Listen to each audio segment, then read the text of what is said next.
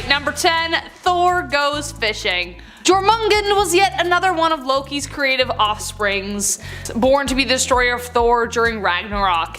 In order to prevent this, they threw the great beastly serpent into the water, and it was supposed to like to hold the world together until Ragnarok. But Thor was a little scoundrel and didn't mind risking it all. Aegir and Ran, two lovely, hospitable giants, as I heard, agreed to host the gods for an immaculate feast. But when Thor arrived, he consumed 2 of the 3 cows that they had brought for the feast. They were like, Thor, dude, that was supposed to be for everybody. So they're like, okay, I guess we're gonna have to go fishing the next day. Then Thor slaughtered one of their biggest bulls to use for bait, which also sucked, but that was gonna be okay, he was gonna be strong for fishing. Anyways, they get out into the waves, and while the one giant gets 2 whales, Thor heads out further with a bigger game on his mind. Jormungand was, after all, beneath the waves. He cast his line out, and sure enough, he got a massive bite.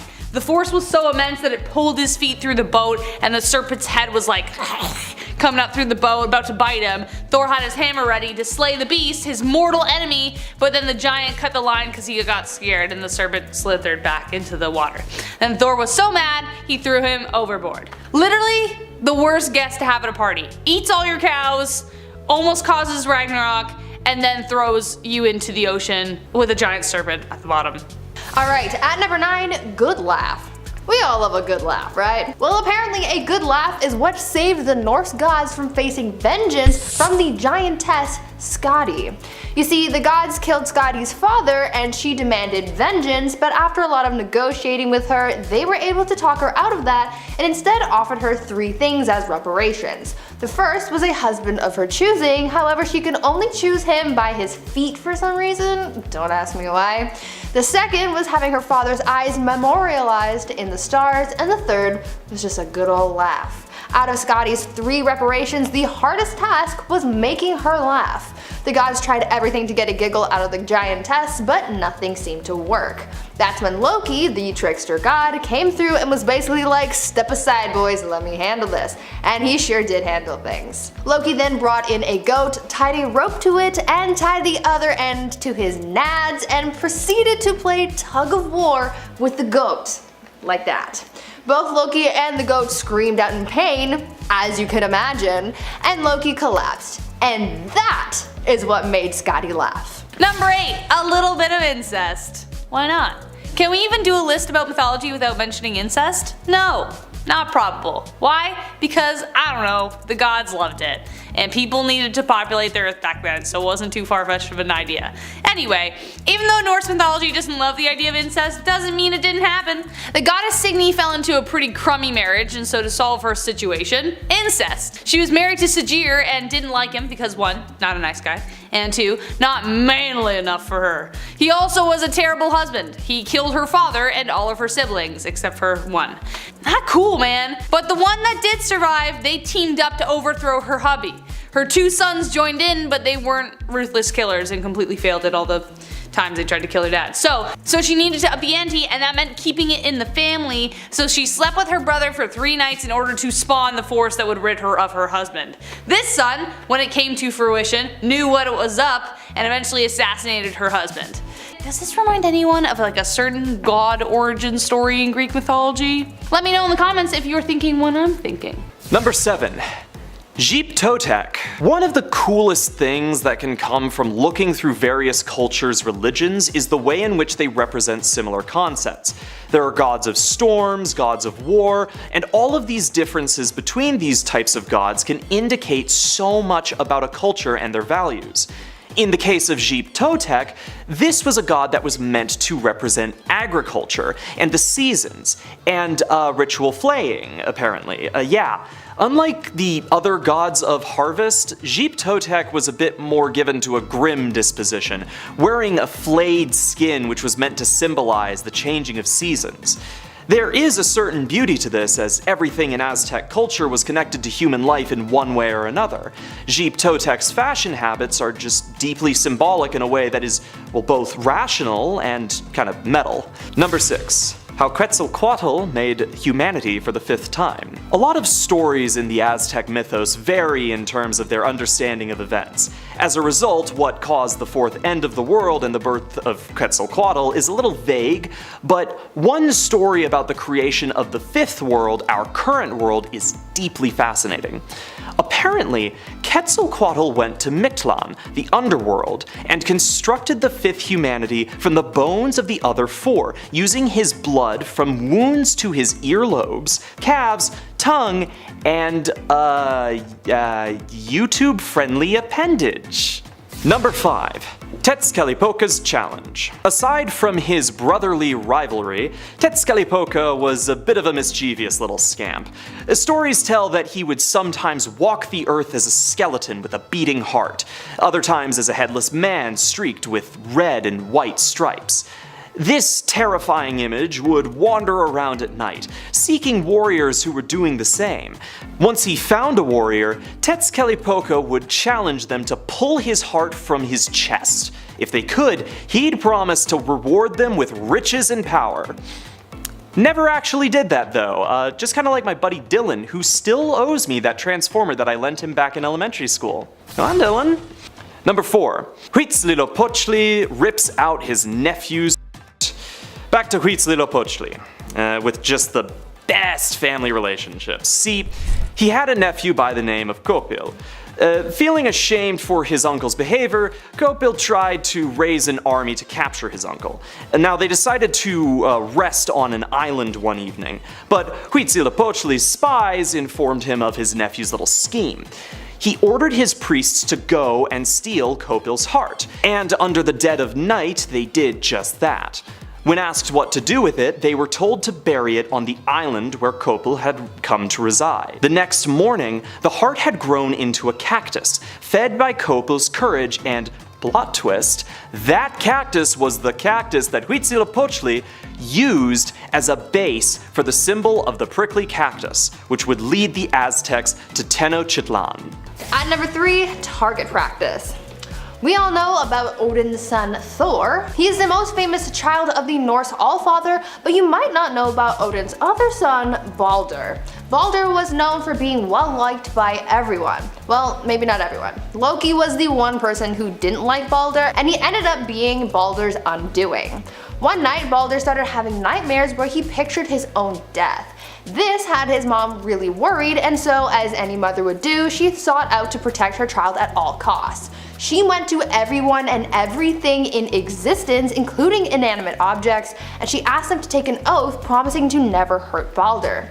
These oaths were no joke, and as everyone agreed to take this oath, this essentially made Balder invincible. The gods found this so great, so they made a game where they would use Balder as target practice and would throw weapons and other miscellaneous items at him, only for all of them to just bounce right off of him.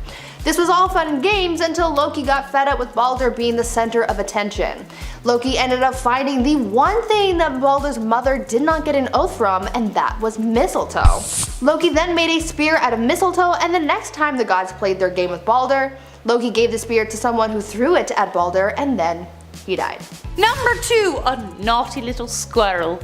Everyone has that friend that loves the drama so much that most of the time they are the drama. And of course, everyone has had squirrels ruin their gardens or outdoor wiring at some point. How on earth do these two things relate? Well, let me introduce you to Ratatosk. In Norse mythology, all creatures live on the Tree of Life, which includes a little squirrel who loves to cause the drama. Specifically between a dragon and an eagle who live on the tree.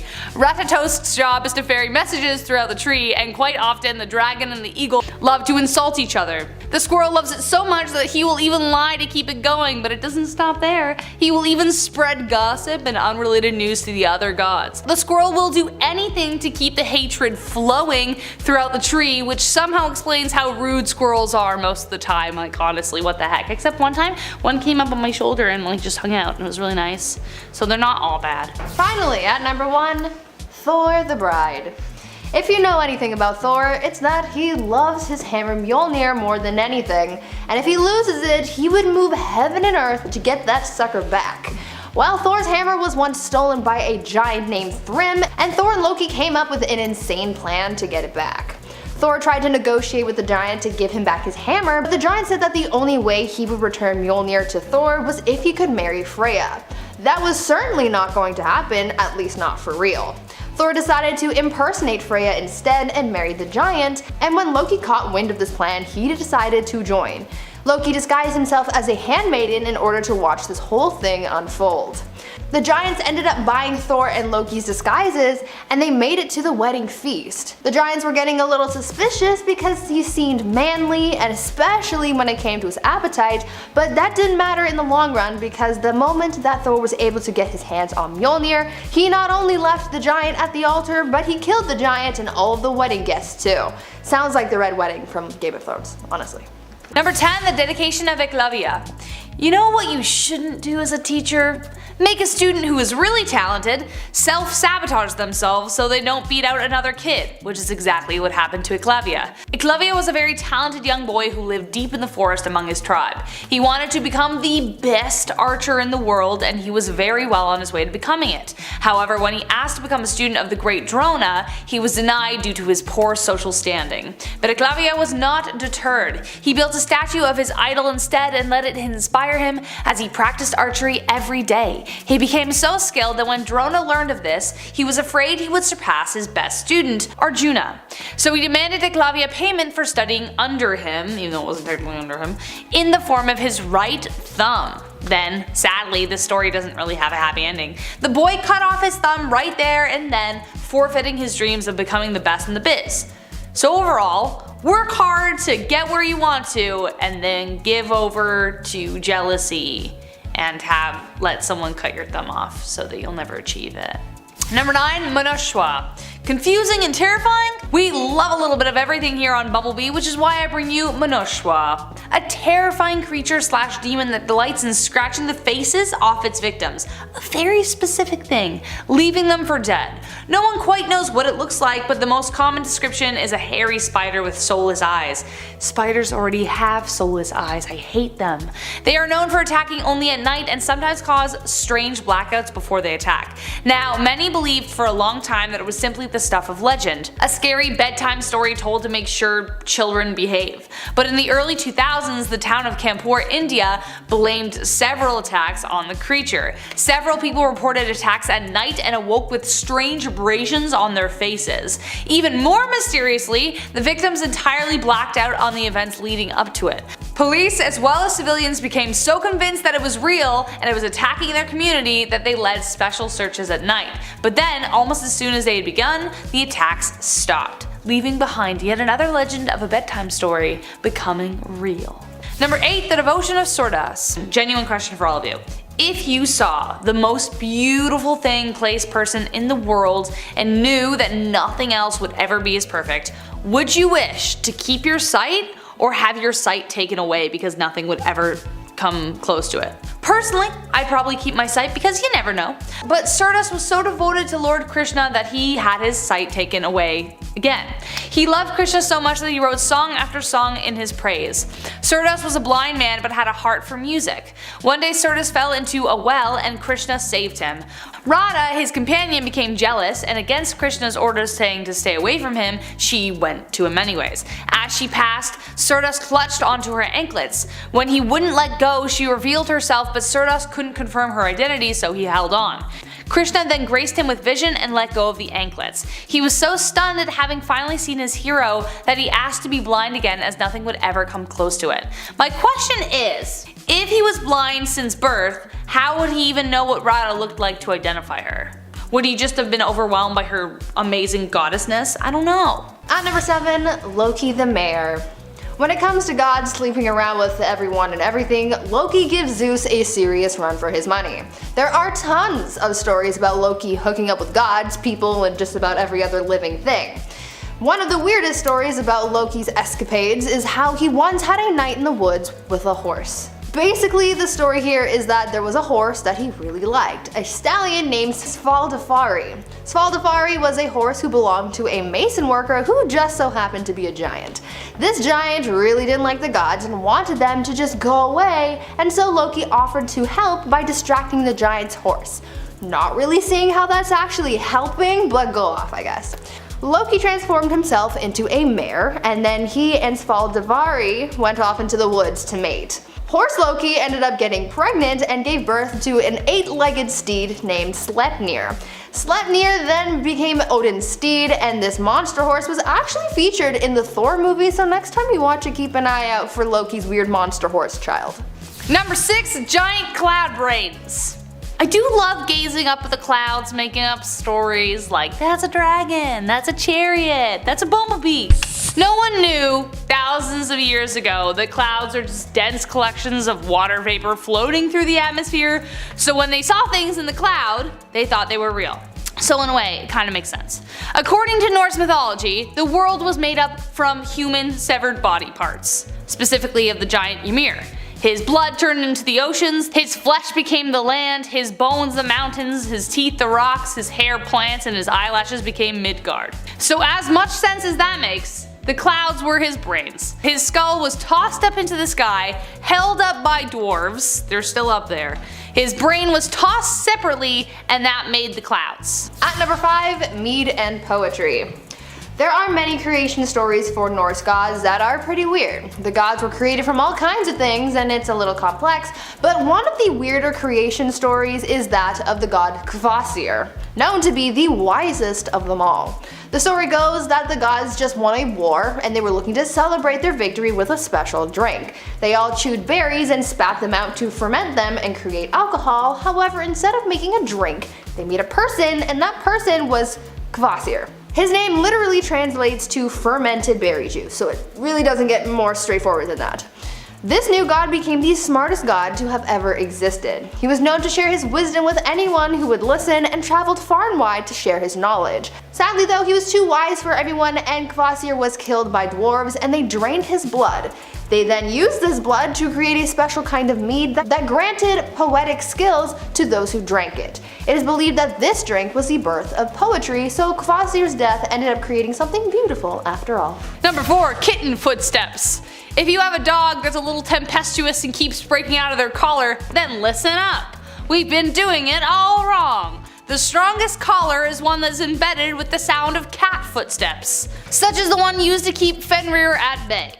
Fenrir was a colossal wolf offspring of the god Loki because again, he was super creative when it came to having kids. The gods were so afraid of him that out of the 3 monsters Loki had, this one they kept under lock and key. They reared him up as a pup, and the only god fearless enough to approach him was Tyr, the upholder of law and order. As it grew, they kept putting chains on the beast, clapping every time Fenrir broke through them to disguise their intent as a test of strength. But soon they sought out the dwarves, because they were awesome, for their skill.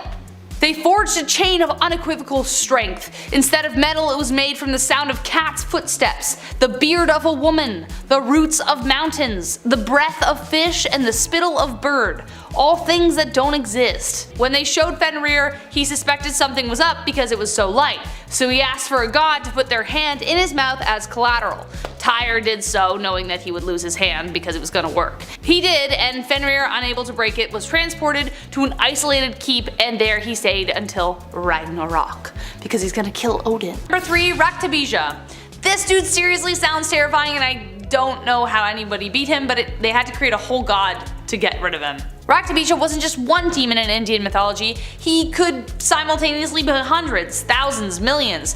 If one drop of his blood hit the ground, another Raktabija would form, and worse than that, the creature would actually get more powerful when a new version of himself was formed. It was like a huge narcissistic thing. I'm not sure how that works, especially since he's only a tiny baby part. Like, whoa, I'm so powerful. As you can imagine, he was incredibly difficult to defeat. Every time he spilled blood, it was like, whoa, there's more of you. So the gods combined all of their power and created Kali, the destroyer of demons. A grotesque looking goddess decorated with bloody limbs. You know the one, the lady with the multiple arms dancing about.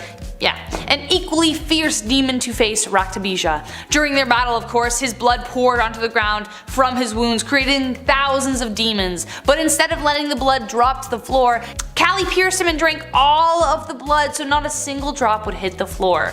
And that was how she destroyed him. Kind of like the OG battle vampire. Number 2, Putana. It takes some guts to take on the dude who was literally born to destroy you, but Putana thought she could do it. Putana was an evil demon who was passionate about taking the lives of the young. Needless to say, not someone you want at a daycare. When baby Krishna was born, it was foretold that he would destroy all the demons. Literally his job. So Putana thought she could take the guy out early. She disguised herself as a beautiful young woman, laced her breast with poison and entered his room. Because of her disguise, nobody thought twice, and so she sat down to feed the babe. But unfortunately for her, she made a huge mistake. Krishna was born to destroy demons, never mind the poison, and as he fed from her, he sucked her life away instead. Putana died in absolute agony, and Krishna assured everyone that he was here to do one thing and one thing only: his job. And last but not least, number 1, Mahishasura. Look, I can understand appreciating the beauty of an animal, but when bestiality is thrown into the mix, we gotta pull the reins on that. I know Zeus from Greek mythology was all about that as well. It just seems to be a thing that gods like to do across the world. It's a global thing. Remember the king of demons? Well, this was another demon king who was the son of the king of demons, but not the one previously mentioned. But anyways, his mother was a buffalo. His father had fallen in love with the beauty of a buffalo and married her. Mahisha means buffalo and Asura means demon in Hindi, therefore buffalo demon. No man on this planet could kill him, and he was a very confident dude. He started a war with the people and won. His power knew no bounds because of course what man could kill him? However, there was a catch. A man couldn't kill him, but a woman could. But what woman could kill someone so strong? So the gods created the goddess Durga, and she waged war on the tyrant, finally fulfilling the prophecy. Boy oh boy, do I love a loophole. Number 10, Hathor. The goddess Hathor was originally created by her dad, Ra, as a destroyer of men. She was supposed to punish all those who were disobedient to him. But then Ra was like, nah, I don't really like that idea. He just kind of changed his mind and decided to make her the exact opposite, instead the goddess of love. But she kind of loved killing men, and like even he couldn't stop her. So one night he gave her what was supposed to be a mug of ale, but actually made it like a special kind of blood, and she got so drunk off of it that she got too tired out to kill anymore and therefore became the goddess of love. Drunk in love, am I right? Her cult was centered in Dendera, where she was also seen as the goddess of fertility and childbirth. When the Greeks occupied Egypt, they compared her with the goddess Aphrodite. But unlike the voluptuous woman Aphrodite was depicted as, Hathor came in 3 forms, and I bet you can't guess which. She was depicted as either a woman with a cow's ears, wearing the headdress of a cow, or just a cow. Moo. Number 9, the beginning of the world. What an inventive way to imagine the beginning of things. I mean, the Big Bang is still pretty crazy too, but hey, here we go. Freaking love how much magic is in these stories. Like, I'm in, because that's all there was at the beginning of the universe according to the ancient Egyptians. Just swirling darkness, chaos, and magic. Heka, the god of magic, was the only thing that existed, waiting for the opportune moment to begin. Then a hill showed up called Ben Ben, and out of which the god Atum erupted from. He was lonely, so he mated with his own shadow to give birth to 2 children, Shu and Tefnut. Shu gave life, Tefnut gave order. They left their father to build the world, but they were gone so long he took out his eye and sent it to search for them. In the meantime, he just kinda sat there, contemplating eternity, all alone. He was really sad. This guy sounds like Zeus mixed with Eeyore. Anyways, his kids came back and he was so happy he wept tears of joy, and out of which were born men and women. They also brought his eye back, so that was nice. Number 8, light as a feather. So unlike a lot of religions we've heard of, there wasn't really a concept of hell in Egyptian mythology. It was either you were worthy of heading into the afterlife or you weren't. Mat was the goddess of harmony and supported the belief that if harmony was disrupted, it must be restored. Every ancient Egyptian myth in some form follows this format. But the most important role she played was in the afterlife. When the soul left the body, it would appear in the Hall of Truth in order to stand judgment before Osiris. The heart would be weighed on a golden scale against Mat's white feather. If the heart was heavier, it would be devoured by a monster and the soul would disappear. If it was lighter, then you could go live in eternal bliss. So instead of several layers of burning torment, souls in Egypt instead faced eternal darkness and unconsciousness. The idea of non-existence was more terrifying than being cut up by demons. Number 7, Nishidak. Have you ever turned around at your desk thinking someone just called your name? Or could you have sworn you heard someone say your name walking home alone at night in the dark? This has definitely happened to me, and it certainly makes me wonder whether there is a supernatural reason. Otherwise, why does almost every culture have a myth related to voices in the dark? The Nishidak from Hindu mythology is a dark entity that lures travelers deep into the forest areas by making it sound like a loved one is calling to them. This is the moment where curiosity could kill the cat, because if it got the better of you, you could end up dead. The voices will lead you to a deserted area away from prying eyes, and then snap, it will devour you. But what if it's actually someone I know who needs help? Well, there is one way to tell. Wait for them to call a third time. The Nishidak can only say your name twice, so if it no longer says it again, keep moving, as it is surely the Nishidak. Number 6. Nail Ba. Part of the role that mythology plays is to establish rules and boundaries for society, especially children. If you don't want a young one playing by the river alone, you tell them a scary story about a monster who lives there, so they won't go near it. But did they really have to go this hard with this one? Damn! Nail Ba is a terrifying, dark, demonic spirit that walks the streets visiting people's houses. Her name has been written on the doors and walls of small towns and villages in rural Bangalore to deter the spirit from entering. Some variations of the myth say that she is the spirit of a wandering bride seeking her husband. If you open the door to receive her, she will take the man of the house and bring bad luck to the household. Another version says, which is kind of where it gets confusing, says that should you open the door in the first place, you will be cursed to die within 24 hours. Apparently she speaks in the voices of your friends and family in order to appear more trustworthy. Villagers write her name on the door to ward her off, as they should. Number 5. Boba. I love all the legends that circulate sleep paralysis. If you have ever experienced it, you know how terrifying it can be. We know that it is a global phenomenon, as most cultures around the world have lore surrounding it. The one that belongs to Indian mythology is the boba. When people experience sleep paralysis, symptoms often include seeing shadowy figures, you're unable to move, there is pressure on your chest, pretty much having a nightmare while you're awake. The boba is said to be a horrific creature who causes it. Made of shadows, the boba's entity preys on those who sleep on their back. Very specific.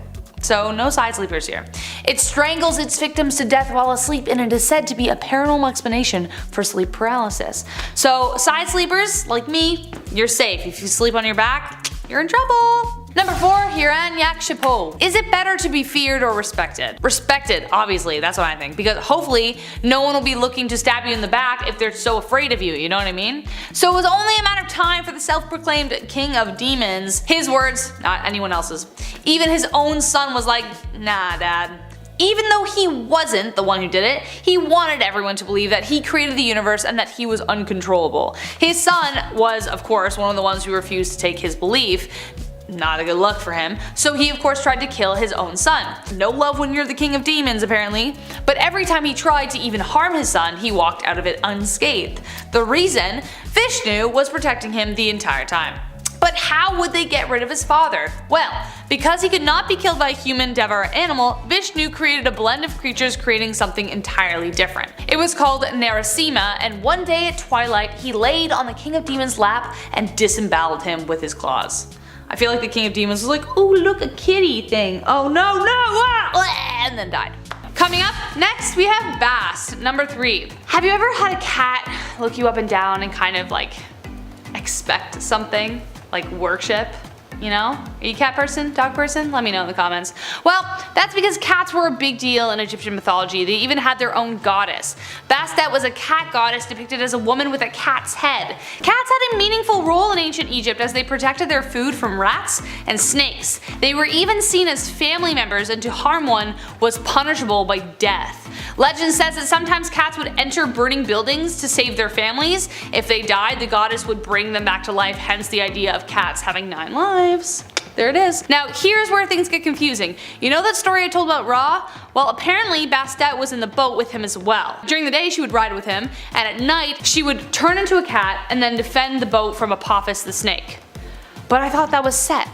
So many conflicting things. I saw like a couple different stories who said each thing was different, so who knows. Number 2, Jeb and Nut. Yet another sibling partnership, we have Jeb and Nut.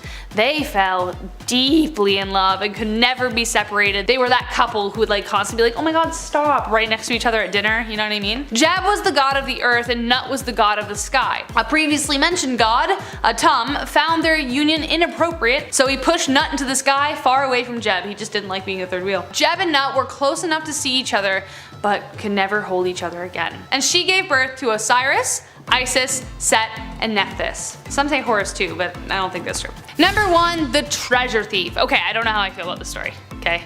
This doesn't really feel like harmony is in balance, but anyways.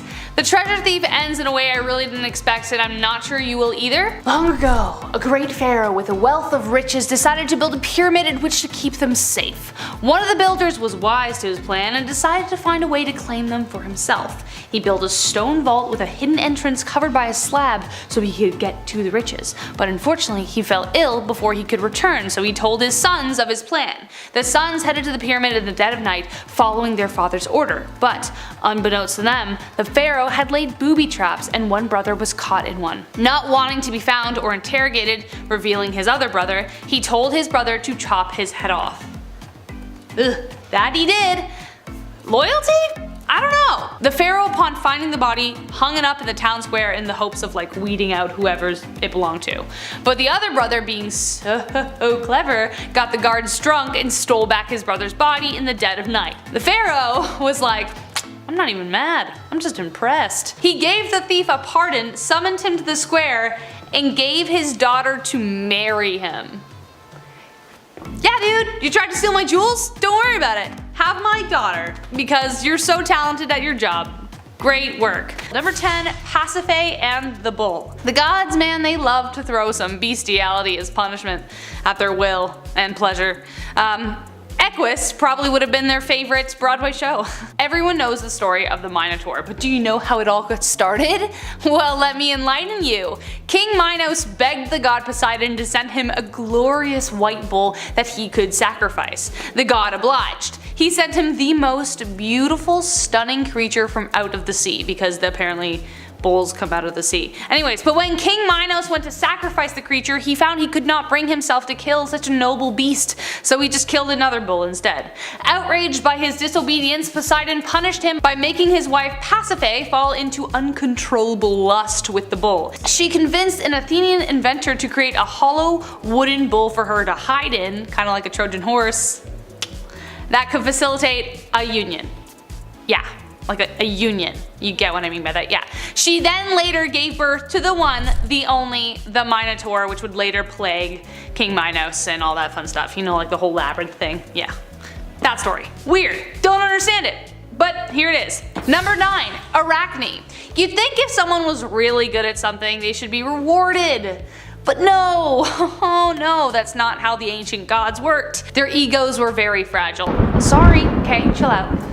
Anyways, Arachne was a girl who was an incredibly talented seamstress, which made her a little bit cocky. One day she was so proud of her work that she proclaimed that she was a better weaver than Athena. Athena was the goddess of wisdom and war, so not a good person to mess with. Athena warned her not to make such claims, but she ignored her, so the two faced off. The two had a weaving contest in which Arachne ended up winning in front of all of the onlookers, but Athena didn't accept defeat gracefully and, instead of rewarding her, punished Arachne to feel immense overwhelming guilt, causing her to take her own life.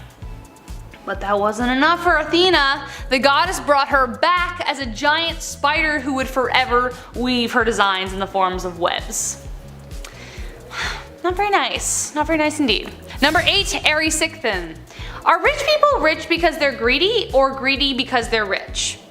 Either way, Erysichthon was, bottom line, a very greedy man with wealth that spilled over. Kind of like the Sun King, really. Planning to build another feast hall for himself because he needed another one, he demanded that a massive grove of trees be cut down to make room. This grove, however, was sacred to Demeter, the goddess of earth, but the men did as he asked, save for one tree. One tree was left standing, covered in beautiful wreaths, symbolizing every prayer she'd ever granted. When the men wouldn't do it, Erysichthon tried to do it himself.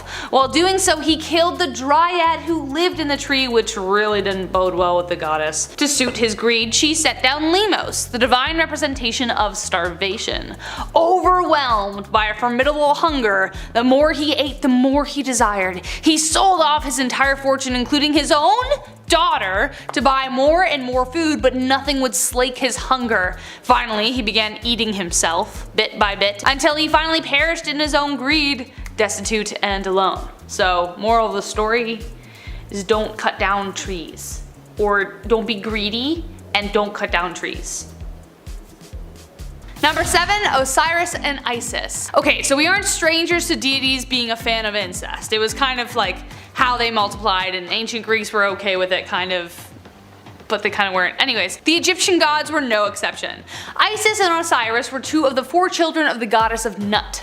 Isis and Osiris were married and actually really in love. They dug each other. When Osiris rose to the throne as the eldest sibling, his brother Set was pretty jealous. So he took the life of his own brother, cut him into little pieces, and scattered them all over Egypt.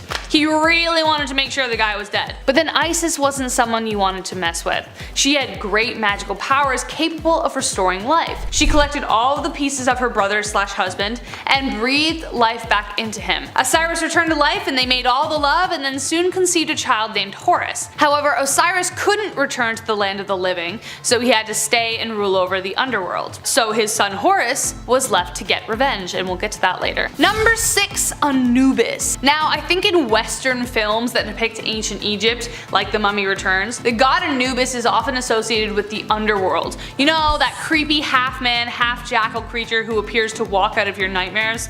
Like, he's so creepy. Well, he did used to run the underworld until Osiris took over, but he was actually the god of mummification and the afterlife. So, not wrong, but not the whole story. Anubis was the son of Nephthys and Set. Well, kind of. Nephthys actually never conceived the child with Set. She kind of had the hots for Osiris, so she disguised herself as Isis and made love to him that way, and then Anubis came to life. That may have been one of the reasons Seth attacked Osiris in the first place, as his suspicions rose. But it was actually Anubis who helped Isis piece together Osiris, creating the first mummy. Fun fact, during the Greek rule of Egypt, Anubis and Hermes were seen kind of as the same, the people who ferried the dead to the underworld. Oh, sorry, and a point. Anubis was actually the one who weighed people's hearts, so he used the feather, the thing, you know what to do. He was responsible for doing that. Number 5, Horus and Set. Speaking of Horus, earlier, remember how I said Horus had to take over defending his father? Well, here is where this story begins. When Horus grew up to be a man, he pulled a Hamlet. He was like, "You killed my father, prepare to die." Thus a series of battles ensued, and one of the gods didn't play fair. Set kept cheating at everything and continued to come out as victor. Not surprising, since he didn't earn his way on the throne, he killed for it, kind of like a certain Claudius. Eventually, Isis stepped up to help her son/nephew overcome her brother. She set a trap for Set, but after some pitiless begging for his own life, she let him go. Horus was pissed, so angry some of the other gods got upset that he was so angry. They agreed to compete in a final boat race, and Horus was like crushing it. He was doing really well, he was about to win, but then of course Set cheated by turning into a hippopotamus and attacked the boat, therefore claiming victory once again. Osiris finally showed up and declared that no man should take the throne through murder. So Horus took the throne. Why Osiris didn't just settle the whole deal from the beginning is confusing in itself, but hey, kinda reminded me of the eagles that showed at the end of Lord of the Rings that could have saved like 3 movies, you know? Kinda like that. Anyways, let's move on. Number 4, Ra and his boat. Ra is one of the most revered gods in Egyptian mythology, especially since he was the god of the sun. He was depicted as a man with the head of a falcon. That kind of makes sense. He was once the greatest of all gods, but had to take a step back after he got too old and tired, and especially considering his task, I can see why. His job was to drive away darkness and sail across the skies, delivering light wherever he went. But at night, he would dive into the underworld and have to cross 12 gates. 12 hours, an hour per gate. After paying his respect to Osiris every night, a giant snake named Apophis tried to attack and swallow the boat. Every night! Poor guy, no wonder he got worn out. Every every day it got harder to defend, and even one night, Apophis succeeded, but could only hold the sunlight for so long. She threw it up, which explained solar eclipses. After Set was cast out after the whole nephew battle, he ended up serving Ra in his boat and kept the snake at bay, but there's something confusing coming later that I think you'll agree is very confusing, so here we go. Number 3, Alcyone and Ceyx. This one kind of hurts my heart, I mean, honest. The love story between these two is just something everyone longs for. They were admired by humans and the gods, and yet they were still punished for it. What? Alcyone was the daughter of the god of wind and devoted wife to King Ceyx of Trachis. They were so in love with each other, they often playfully called each other Zeus and Hera. Despite many of the gods admiring them, and this was clearly an endearment, Zeus wasn't pleased. How dare they compare themselves to the gods? So he waited until Ceyx planned to visit the oracle, against his wife's wishes, who was concerned the wind he faced would be too harsh on the sea. Even her father had difficulty controlling it. But he did, and Zeus stirred a storm that sunk the ship. With his last breath, Ceyx prayed his body would be brought back to his wife.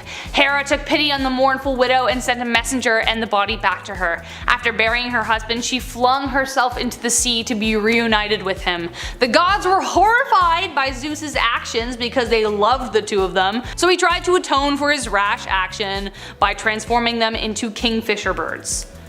Yeah, Zeus, turning them into birds, it really fixes everything, don't? You're fine. Number 2, Pan.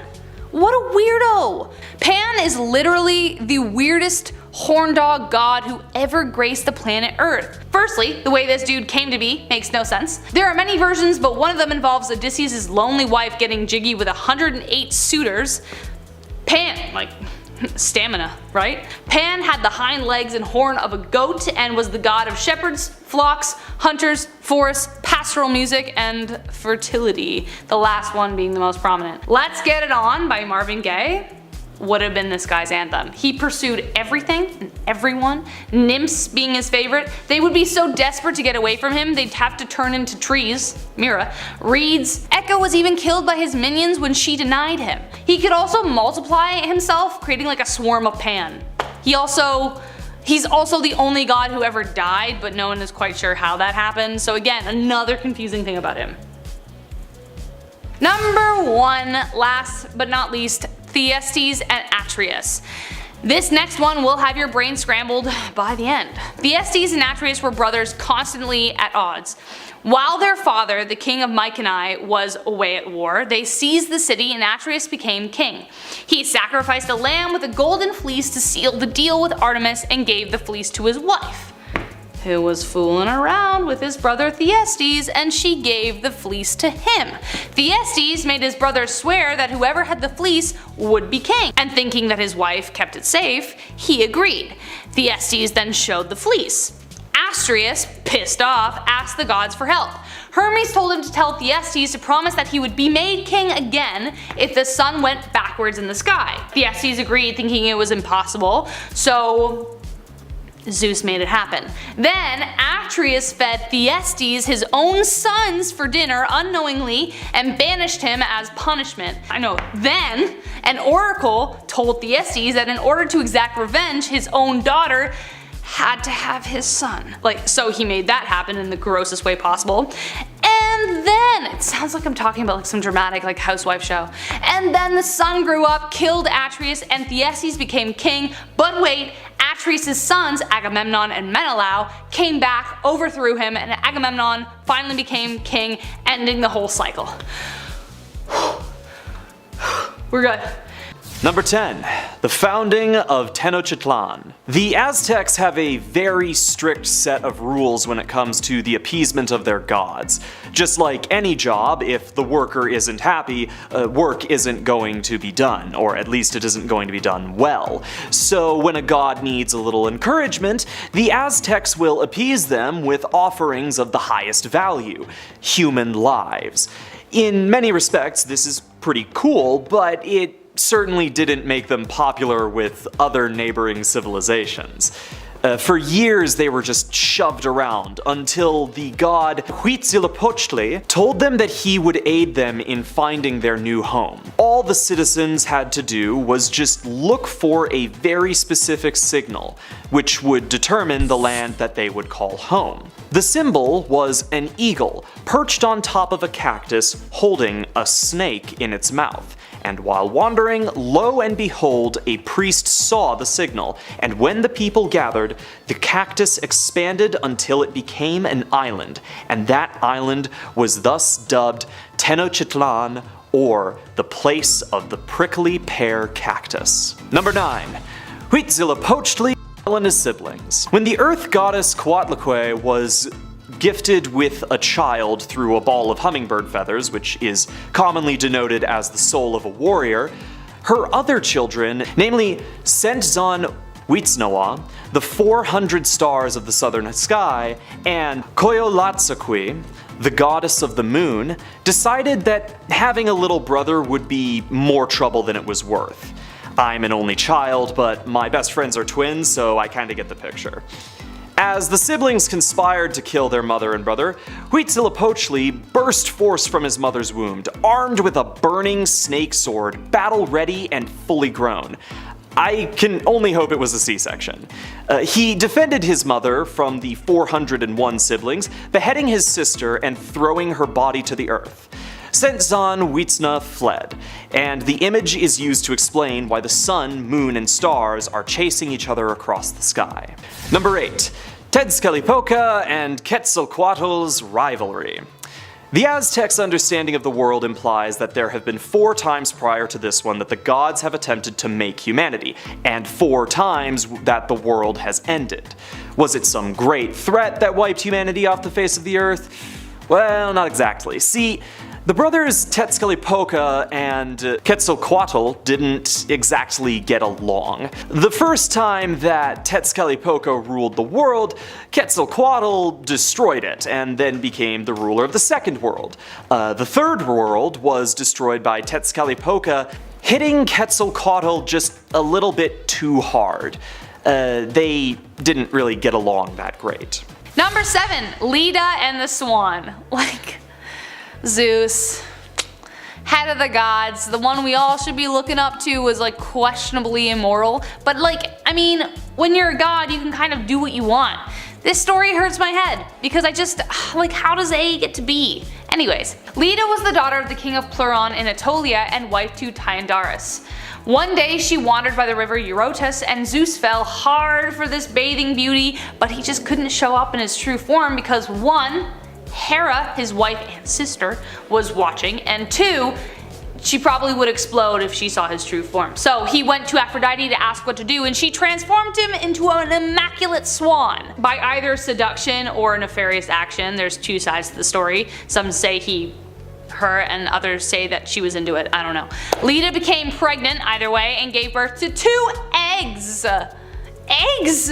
Inside the eggs were 2 sets of twins. One, the infamous Helen of Troy and Polydeuces, and the other 2 were born from Leda's husband, Clytemnestra and Castor. One pair was immortal and the other mortal, which is also still confusing because didn't Helen of Troy die? I don't know. There's also another version which is pretty much the same tale, except it was the goddess Nemesis, not Leda, and Zeus turned into a beaver and it was just really weird, so again, confusing. No idea what's going on. Number 6. Kronos. I like how the Greek gods are as chaotic to how the world is in Greek mythology. It kind of makes a weird sort of sense, you know? This weird godly family was messed up from the very beginning, and if you don't know the original story of Kronos, then, well, here you go. Before the gods of Olympus, before Zeus and Hera, there were the elder gods Gaia and Uranus, and then their son Kronos, who married Rhea. Kronos overthrew his father, and when he heard that one of his children was going to do the same thing, he decided to eat them. All of them. Just gobbled them down like an aspirin. Rhea wasn't a huge fan of the whole thing, and eventually enough was enough. So when Kronos went to swallow Zeus, Rhea tricked him and gave him a rock instead. She stole Zeus and hid him away until the day he would be strong enough to return and overtake his father. Disguised as a cupbearer, he gave his father a purgative which made him puke up all of his siblings. Together they stormed against their father and overthrew him after 10 years in battle. Whew, that's a rough start to family life. And then Zeus married his sister, and there was a whole bunch of incest. And it's just, you know what I mean. You've heard that. Number 5, the story of Mira. What is she pointing at? Ever been so sad and disheartened that you just wish you could turn into a tree? Yeah, me too. Then people could just leave me alone. However, the only person to ever successfully transform into a tree was Mira, who turned into the Mer Tree. But the story behind it is kind of messed up. Mira loved her father. A little too much. Like way too much. She was in love with her father and desperately wanted to be with him. She knew it was wrong and tried everything to resist the gnawing desire inside of her, even trying to take her own life. Her nurse found her and, fearing ever parting with her, decided to work up a scheme to hitch the two together. On the celebration of Bacchus, the queen hitched town, so the bed was empty. You see where this is going. Disguised as a maid, the nurse brought Mira to his bedchamber for 12 straight nights. On the final night, the king, overwhelmed with curiosity, removed the mask she was wearing.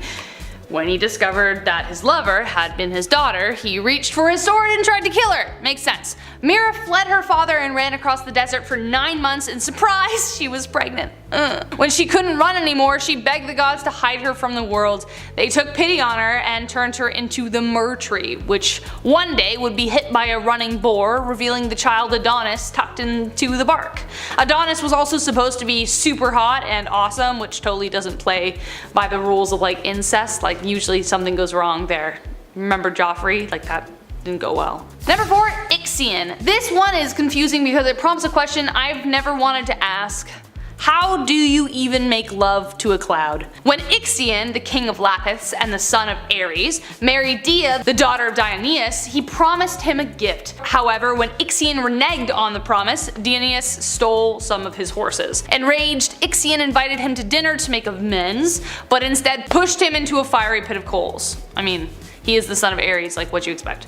He was banished for such a crime because it was completely uncool, but after a few years, wandering sad and alone, Zeus took pity on him and invited him up to Olympus. That's a good idea, where Ixion got the hots for Hera.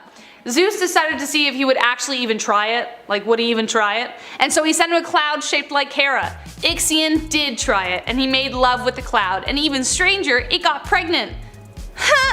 Their union gave birth to the first centaurs, who were literally and figuratively horny little half-horse, half-human people that roamed the world. As further punishment, Ixion was thrown from Olympus, struck by Zeus's lightning bolt, and bound by Hermes to a fiery spinning wheel. Some people just really don't deserve your pity, man. They just don't. Number 3. Tezcatlipoca tricks his brother. Back to Tezcatlipoca, you know, this one's a doozy.